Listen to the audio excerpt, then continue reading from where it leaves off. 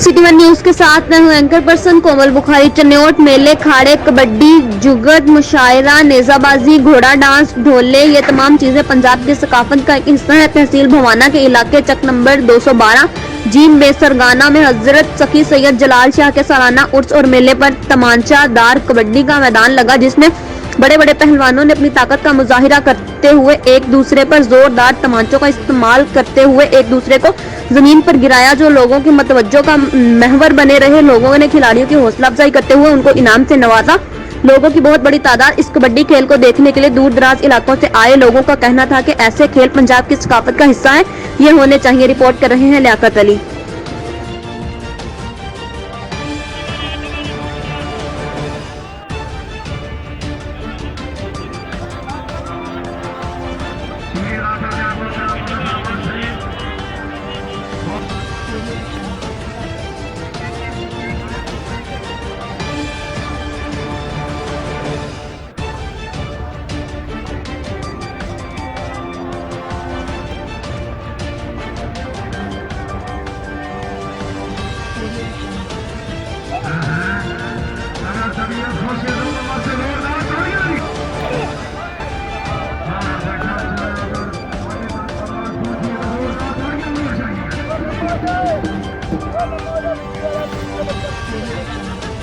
बच्चा जेड़ा मारा और चौथे दे सकना।